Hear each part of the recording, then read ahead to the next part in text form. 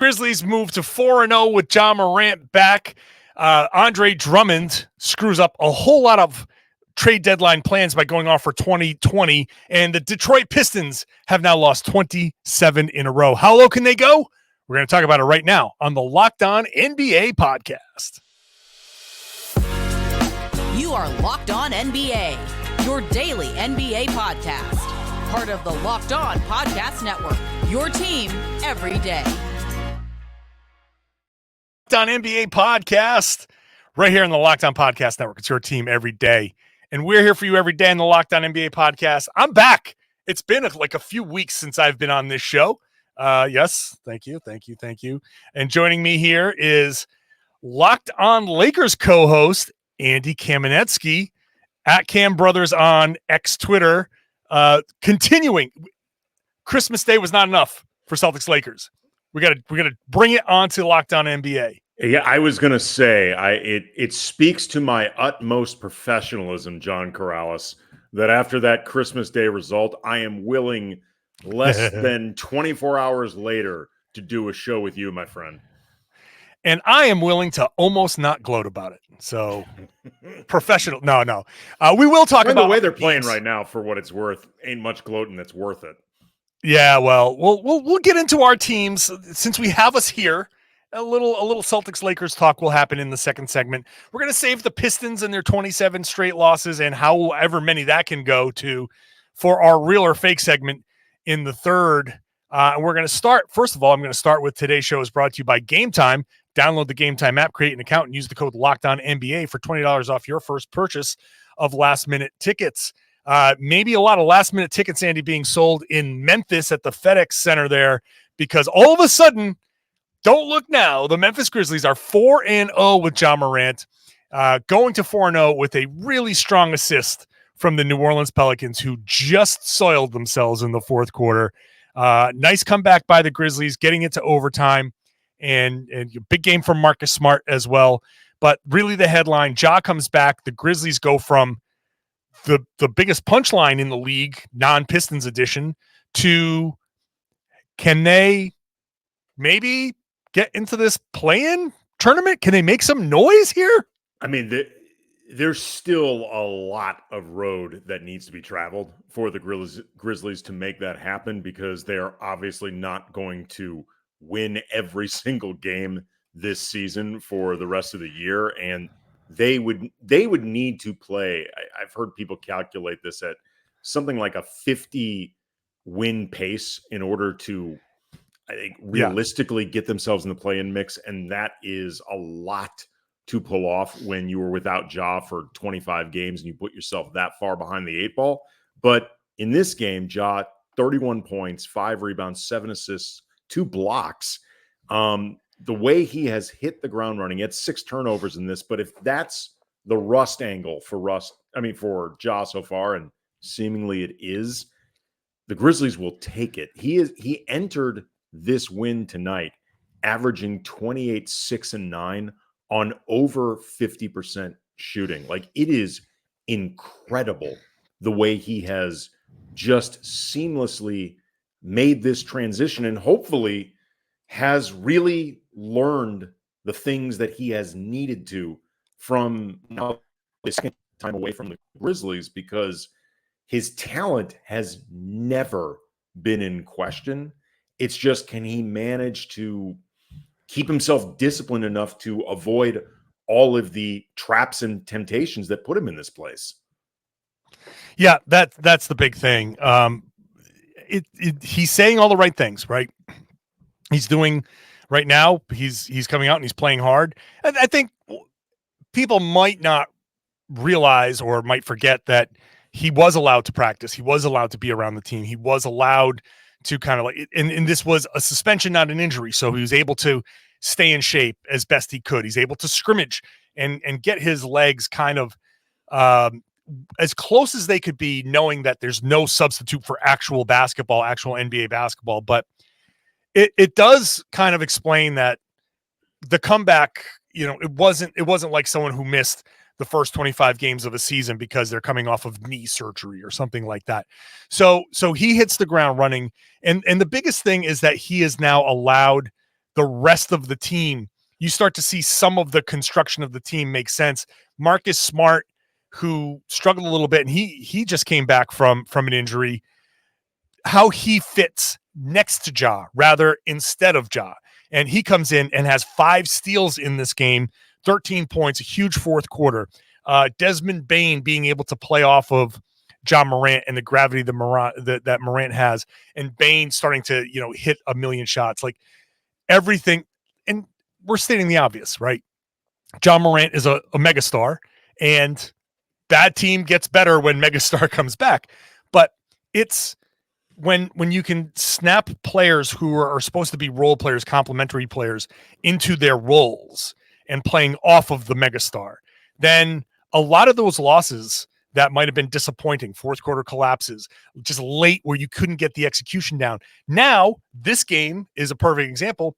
Now Ja is out there finishing and drawing fouls and making these plays rather than relying on some of these other guys. And those guys can kind of space the floor and finish in his wake. And so that's where Memphis is starting to get dangerous. You're right. I don't know if they're going to have enough time to get back to where they need to get to. This win gets them to 10-19. The play-in right now, it's way too early for this, but we'll still do it, is the Warriors at 10th at 15-15. So that's a 4.5 game spread. Plenty of time to make that up. Your Lakers are right there. The Rockets, there's going to be some jockeying for position there. Some of these teams might pop up. Some of these teams might drop down. So we'll have to wait and see. But player of the week, Ja Morant, coming back, and the Memphis Grizzlies look really, really good because of it. I mean, this is good for I was just going to say, this is good for the league if Ja can truly keep himself straightened out off the court, because he is one of the most exciting players in the league. Like, he is incredibly charismatic. He is incredibly entertaining to watch. He helps a team like Memphis, a small market organization, stay relevant, stay in championship contention. Like, if he starts looking responsible off the court, because again, on the court has never been an issue, and he's always seemed like somebody that teammates enjoy playing with.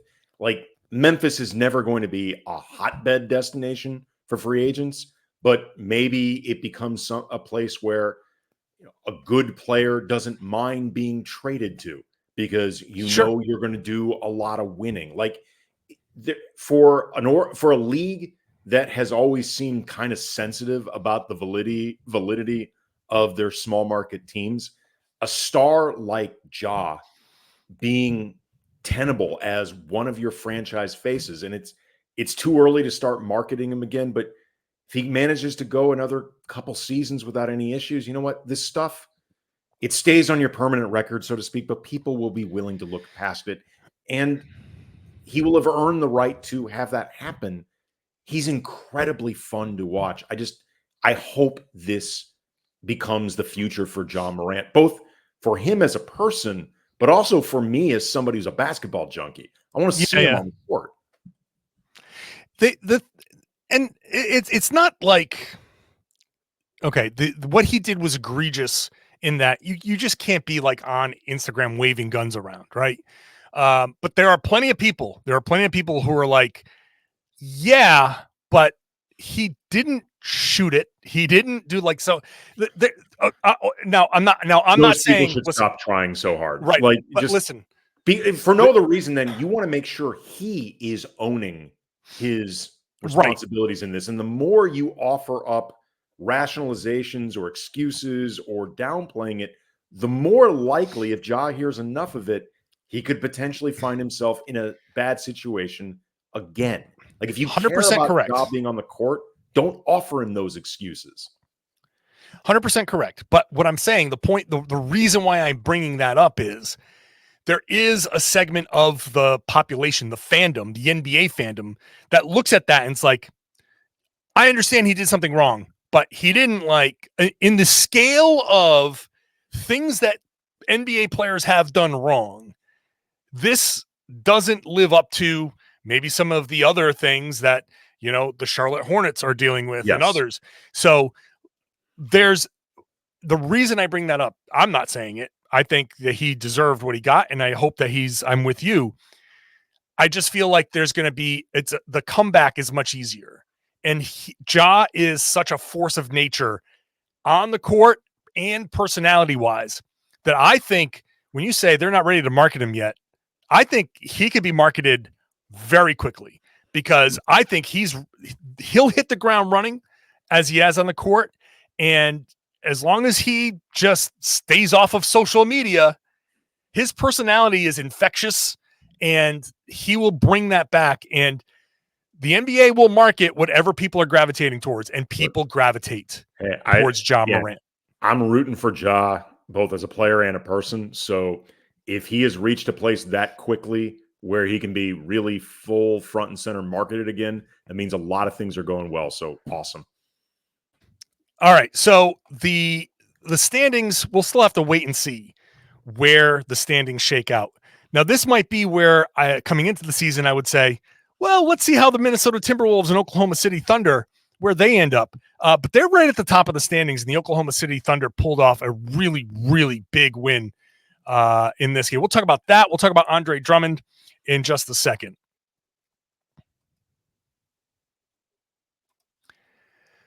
Today's show is brought to you by our good friends over at eBay Motors. They have partnered with Josh Lloyd of the Locked On Fantasy Basketball Podcast to bring you the best fantasy picks each week, all season long. So whatever you're preparing for fantasy-wise, we're going to provide you players that are guaranteed to fit on your roster. So here's Josh's picks for the eBay's Guaranteed Fit Fantasy Picks of the Week. He's got 5 of them. I am going to sing praise that Andy, who is now off camera, will love to hear, because of the 5, Dante Exum, Jaden Ivey, Isaiah Hartenstein, and Jalen Johnson, there is also Taurean Prince, who, as Josh notes, not spectacular, but the Lakers need his shooting. He's on a nice run. And having watched the Celtics, the team I cover, Locked On Celtics podcast, Taurean Prince kept the Lakers hanging around and helped them erase a big deficit in that game. And so if you're looking for shooting, Prince is going to stay on the floor. He's going to stay on the floor for his shooting. He's going to stay on the floor for his defense. And that's going to be something that keeps him active and available in your fantasy league. So not a bad pickup, not a bad choice here from Josh Lloyd. Josh Lloyd from the Locked On Fantasy Basketball Podcast is going to help you win your fantasy championship. And eBay Motors knows a championship team is about each player being a perfect fit. It's the same with your vehicle. With over 122 million parts for your number one ride or die, you can make sure your ride stays running smoothly. Brake kits, LED headlights, roof racks, bumpers, whatever your baby needs, eBay Motors has it. And with eBay Guaranteed Fit, it's guaranteed to fit your ride the first time, every time, or your money back. Plus, at these prices, you're burning rubber, not cash. Keep your ride or die alive at ebaymotors.com. eBay Guaranteed Fit is only available to U.S. customers. Eligible items only. Exclusions apply.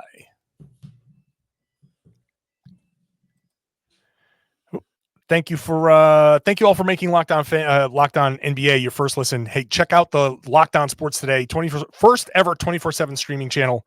We'll be on there in the rotation, all the big sports stories, all the big conversations over there. First ever, Andy, on YouTube, 24/7. Put it on, leave it on. Just listen to it all day. The Oklahoma City Thunder are a very good basketball team. People are talking about like, oh, they need to make another move. And that's all well taken. They're obviously very well positioned with their talent and all of the draft picks that they have to make the huge swing for whichever superstar is available. Until then, all they are is 19-9 to start the season, 2.5 games out of the top spot in the West, having just beaten the Minnesota Timberwolves in tonight's action by just dominating points in the paint, by dominating the three-point line, by dominating the turnover battle in a big fourth quarter where the Minnesota Timberwolves fell apart, shot less than 29%, and the Oklahoma City Thunder just buried them from 3. Just a statement game for the Thunder, who came out and said, we're showing everybody that we can beat the best. And that's a team, just great experience here, picking up these wins, Shea Gilgeous-Alexander is a megastar himself. Chet Holmgren is a Rookie of the Year candidate, maybe the Rookie of the Year. It's just all coming together so well for them. We were just talking about how electric Ja Morant is as one of the young players in the league. Shea Gilgeous-Alexander is my favorite young player in the league. Right there, yeah. Period. He is so much fun to watch play, like the relentlessness with which he just continually drives to the basket. In this game, 34 points on 14 and 19 shooting, 6 of 7 at the free throw line, 9 of 6 rebounds, 2 steals. He had a block. He is absolutely fearless as a player. And then you look up and down the OKC starting lineup.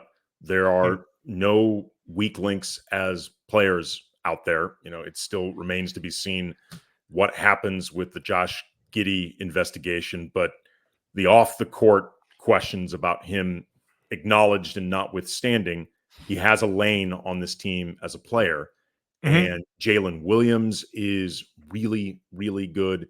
Lou Dort is perfect for what he's asked to do, like a true 3-and-D player. And like that question, I like Cason Wallace as a young rookie. Isaiah Joe will absolutely bury you from outside. And that question about what they do, if anything, at the deadline, like they obviously have the assets to make a move if they want to. And they are good enough that you could argue that it's something they should do. The flip side of it, though, is if they really are committed to the idea of a 1-2 core of SGA and Chet Holmgren with like really important roles from Jalen Williams and Lou Dort, you could argue that it makes the most sense to see what they have in those two, see how far it could take them, then add to it. Like I could see them making a supporting role type move, like adding like a Harrison Barnes type. They've not literally Harrison Barnes, but a Harrison Barnes type player to that team, supplementing what may already work well, but not drastically changing what they do.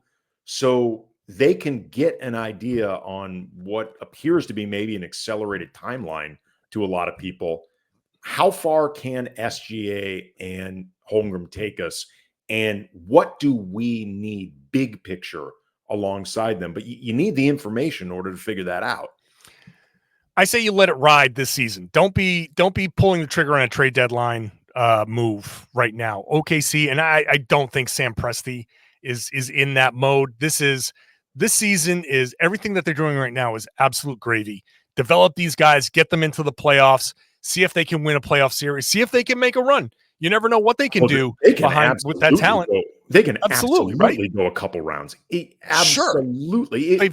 Would it shock anybody? I mean, other than the fact that I think Denver is still considered the best team in the West, defending champions, would it be if Denver didn't end up coming out of the West again? Would anybody be shocked if it was the Thunder? No. It would be, shocked. No, mildly surprised. But I whatever it is, whether they are still young and you are still depending on rookies and stuff like that. So I don't want to they have the talent to do it. And however far they go, maybe they do go that far. However far they go, they go. This summer is where I think OKC strikes, because there are a lot of second apron teams that are going to be forced to make some big decisions.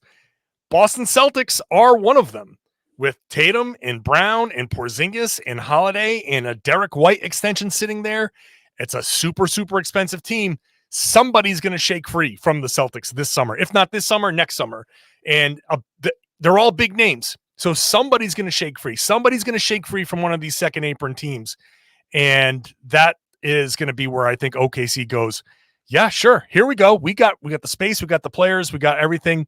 And it'll be one of those win trades for both teams, because OKC will give a good team some role players for their superstar, and they will get the superstar or star player to kind of fit with Holmgren and SGA and kind of go from there. So They're fun to watch, man. The Thunder They're going to be fun. Really, it's going to be a fun summer. I think July is when we should watch them. We should watch the Chicago Bulls because they are still going to be sellers. Although, when they were 5-14 at one point, and now they're 14-18 after another win. We got to talk about this. There are so many ways that what's happening with the Bulls right now might be really fun short term, big picture, catastrophic. Like the worst thing that could possibly happen for them. Absolutely. You got Andre Drummond with 23 and 24 in this game. 24 and 25 in this game to beat the Atlanta Hawks. And they're doing all of this without Zach LaVine. So going off and winning all these games in a row without Zach LaVine is not exactly pumping up his value. And Andre Drummond, who might have just been like you can just dump him for something. You're out there grabbing 25 rebounds. Maybe you say, hey, there's a little bit of a bidding war for Andre Drummond. Hey, look, before you go, these are our two teams that I think are going to be very highly connected to these. Let's talk about them when we come back and all of this, because this is going to be, I think, an interesting kind of battle at the trade deadline. Today's show brought to you by our good friends over at Game Time. You download the Game Time app, you use the code LOCKEDONNBA. You're going to get $20 off your first purchase when you're going to buy last-minute tickets. Why the Game Time app? For a lot of reasons. First of all, when you open up the app, you see the price. That's the price you pay. It's all in pricing. So if you see a ticket for $100, it's not going to be $140 when you check out with all the fees. You can click on the seat. You can see what the view is from the seat, so you know what you're getting into. Sometimes you have to visualize it, or maybe you're in a new city and you want to kind of figure out something to do. And it's everything. It's not just sports, it's theater, it's comedy, anything that's at a place with a lot of seats that's selling tickets, it's on the Game Time app. You can use one of their zone deals where you pick the section, they'll pick the seats for you. You can save almost 20% on that. And all of this is covered by the Game Time guarantee. You are going to get the best price. And if you find tickets in the same section or row for less, they will credit you 110% of the difference. So go download that Game Time app. Create an account. Use the code LOCKEDONNBA. You get $20 off your first purchase. Terms apply. Again, create an account. Redeem the code LOCKEDONNBA. It's the name of the show, LOCKED on NBA for $20 off. Download Game Time today. Last minute tickets. Lowest price guaranteed. All right, Andy. So the Celtics need a big. You guys could use a big. Yes. You guys could use somebody. You guys have been linked to Zach LaVine. This could actually be good for you guys, because you're like, hey, we'll give you a bag of balls and from where, not that we necessarily need to go deep down the Zach LaVine rabbit hole, but from where I sit, anything that could actually lead to the Lakers getting Zach LaVine, I don't think is a good idea. I don't want to take on that contract. That is not a road that I want to go down. So the idea that he becomes more gettable doesn't excite me. This is, however, this period where the Bulls have ripped off a string of wins without him is not helping his trade value or his reputation as an empty calorie scorer. Fair or not, it is not helping matters at all. I also think that the Bulls are a very, very dangerous team in terms of big picture planning to offer them just a tantalizing enough view of a play-in spot.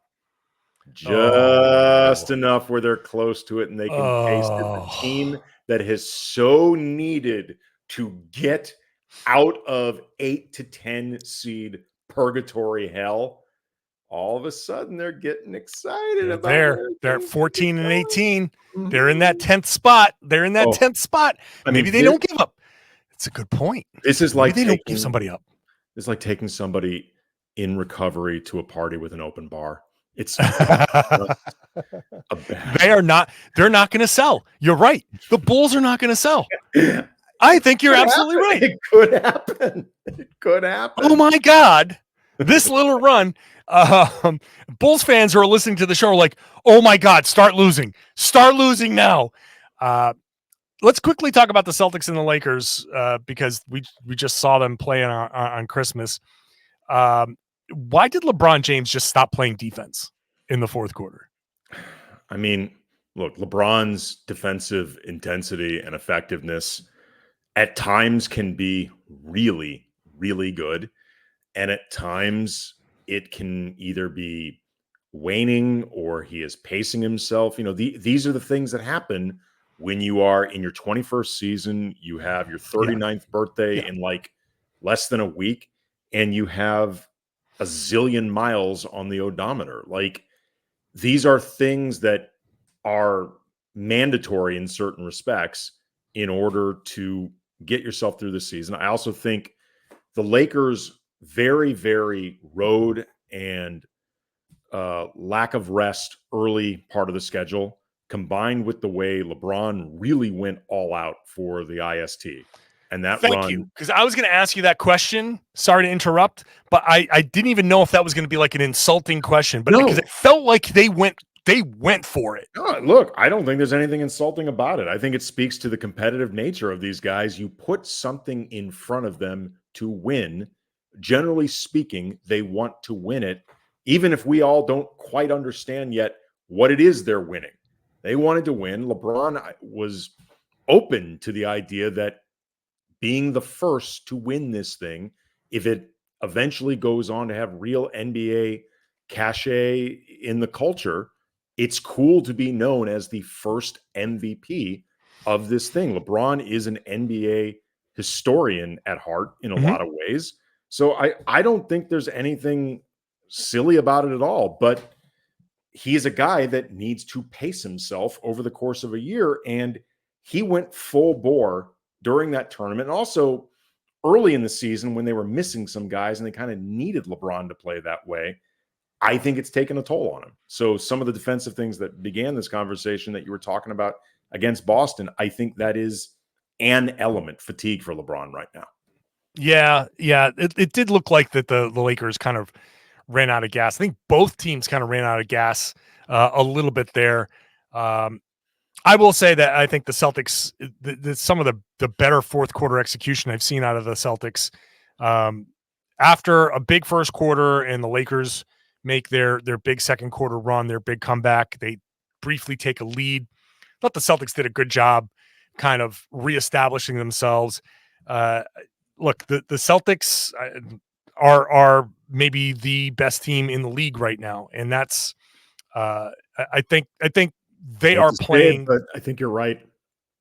I know that's hard for you to say too, because if you're saying it, then it must be true. But no, it is. I think what we're seeing is why that fourth quarter execution was so good is because it didn't involve Jason Tatum and Jaylen Brown going off. It involved Tatum as a screener. It involved Jaylen as a rebounder. It involved Derek White making plays, Drew Holiday making plays, Kristaps Porzingis making plays.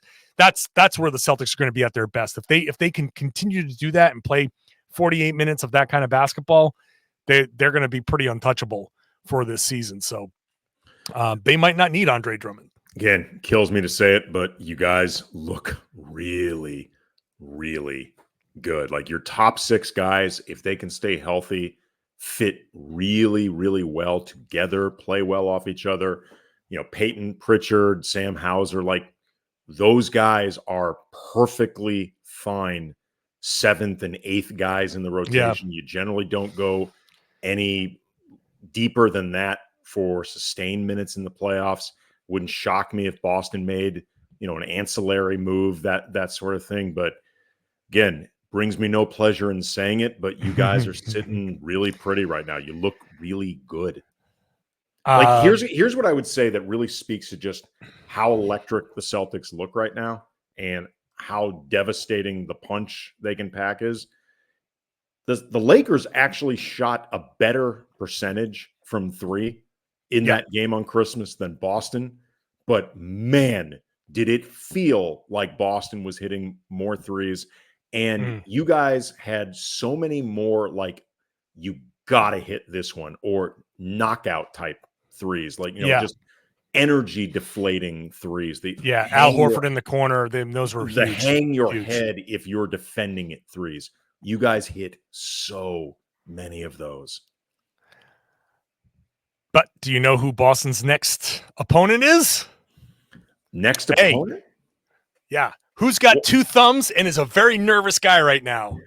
Is it because you're playing the Pistons of Detroit? The Detroit Pistons, losers of 27 straight, walk into the Boston Garden on Thursday. Celtics coming off of a long road trip, and that first game home after a long trip on the other side of the coast, on the other side of the country. That's always kind of like an iffy game when they come back, especially against a bad team. I think let's play our game of real or fake, which we always do here. We'll do this real quick. Normally I'd be like, this is kind of a trap game because the Celtics are going to look past this. They've won 8 of 9, big win over LeBron. Everybody's happy. But I think the Pistons have now crossed into history because this is the most losses in a row. I don't know. I think the Celtics are going to be like, hey, not us. We're not going to be the ones that lose to these guys. So my real or fake here is, Andy, real or fake, this losing streak will go to 35 games, right? Okay, and the reason, for people unaware of the Pistons schedule, and I don't blame anybody if you've stopped following closely what's going on with this team, shouts out to Koo over at Locked On Pistons. He deserves better than this. Doing a great job. Yes, he is. I mean, you want to talk about doing the Lord's work. Koo is. Okay, this is their schedule you picked game 35. 35 yes, I did. is when they play the San Antonio Spurs. That is correct. They got Boston. Then the Pistons host Detroit. I mean, they host Toronto, and Toronto's actually been terrible on the road. So maybe that's an opportunity. Then the Pistons go to Houston. Houston's been very good at home.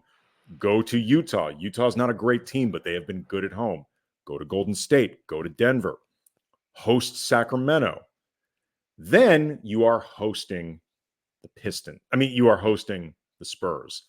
That is your potential out. Although, after that, you are hosting the Rockets, who have been awful on the road, and then you go to Washington.